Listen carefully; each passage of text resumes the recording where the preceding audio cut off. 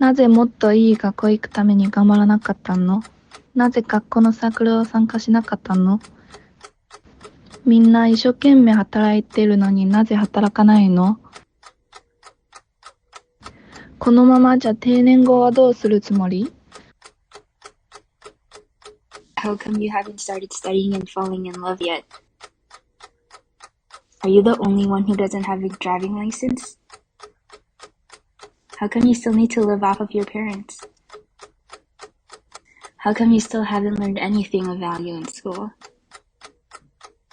How come everyone has a big house to live in and so many kids and you're all alone? 上学了吗？还没结婚啊？人家的孩子都那么大了，怎么事业还是没什么起色？ നീ എന്തിനാ പഠിക്കാൻ കൂടുതൽ സമയം ചെലവാക്കത്തെ? ആയന നീ കല്യാണം കഴിച്ചില്ല, അമ്മയും അച്ഛനും ആഗ്രഹിച്ച പോലെ. എന്തിനാ നീ ഒരു നല്ല ജീവിതം അമ്മയും അച്ഛനക്ക് വേണ്ടി കൊടുക്കാഞ്ഞേ? എന്തുകൊണ്ട് നീ പിള്ളേർക്ക് ഒരു വീട് വാങ്ങിച്ചു കൊടുത്തില്ല? Wherever we are born, our lives seem to be divided into stages by the cultural environment in which we live. The culture we live in creates a timetable for us to live our lives according to the rhythm of the timetable. These timetables are called social clocks. I was born in the southeast of China and I have grown up here. From a young age, I could feel the people around me living in such a schedule in an invisible way. Until I was 20, the social clock was telling me that I should be a qualified student. I am now only 23, but I can already clearly see that by the time I turn 30, the social clock will dictate that I should have found a stable job and be married with children. By the time I turn 40, the social clock will require me to have my own house and a car, and for my children to have a good education. When I turn 50, the social clock states that I should have saved enough money to afford my children's marriage. When I turn 60, the social clock dictates that I am able to help my hard-working children with the stress of caring for their children. It seems that no one has ever helped me organize the scale of this clock, but it has been engraved in my consciousness, that of my friends, that of my parents, and that of most of the people around me since the beginning of the time. It seems that we are always defining whether our clocks are early or late, fast or slow. The discrepancy with the social clock has influenced me and countless others around me with negative emotions.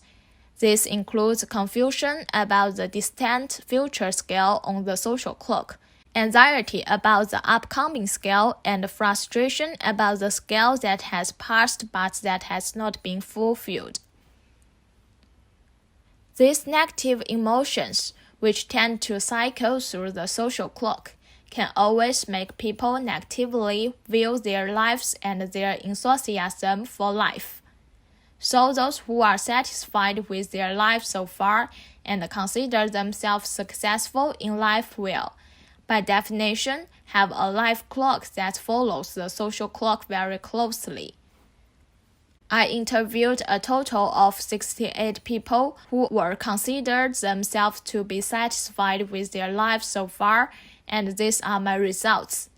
Some were proud of having a stable job and have a happy marriage in their hometown. Others felt a sense of achievement for having given up their comfortable life in a small city to venture into the big city. Some are glad that they ended their unhappy marriage at 26. Others get married at 18, become a housewife and reap the benefits of a happy family. Some graduate from high school at 18 and are assigned to work in state enterprises. Some choose to start their own business at 22 and already have 2 shops of their own by the time they are 28. Others only graduate at 29 and find a job they are passionate about at 32. These life clocks of success in the eyes of the clock owner are pieced together as if there were no obvious patterns. Notably, most people's life clocks are very different from the social clocks. The difference between these people and the many more who are dissatisfied with their lives because they have deviated from the social clock seems to lie only in their subjective judgment of the life clock. These people who have a good life in their own perspective seem to have their own criteria for evaluating life that are rarely bounded by the social clock.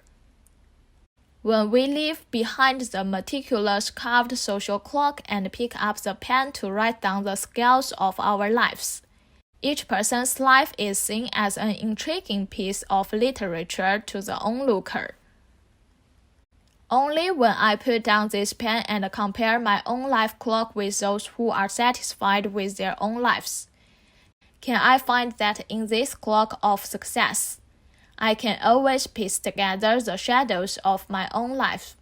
I can find similar origins, similar families, similar upbringings, similar milestones in life in the piece of these clocks of success. However, the tracing of the social clock in my heart transforms these similar clocks from shining to something dim. New York time is 3 hours ahead of California time, but California time is not slower. The early and late times in New York and California differ due to the time zones in which they are located. However, time zones are artificially set, and it is the artificially drawn central meridian that makes the difference between early and late times throughout different regions. When one looks at the globe, it is simple to understand at what moment in time each of the different latitudes and longitudes has, and its a unique position in relation to the sun. There is really no difference between fast and slow time, or early and late time. Millions of individuals are standing on millions of different longitudinal and latitudinal points on around us. We seem to always lose sight of the fact that the difference in the life clock between us derives from more factors. Everyone's unique personality, the different environments that people are living in, etc., similar to how every unique latitudinal or longitudinal geographical point naturally has their unique time. Each person's life clock should also be naturally unique and different. When people try to define these life clocks, there is essentially no difference between fast and slow in everyone's life clock.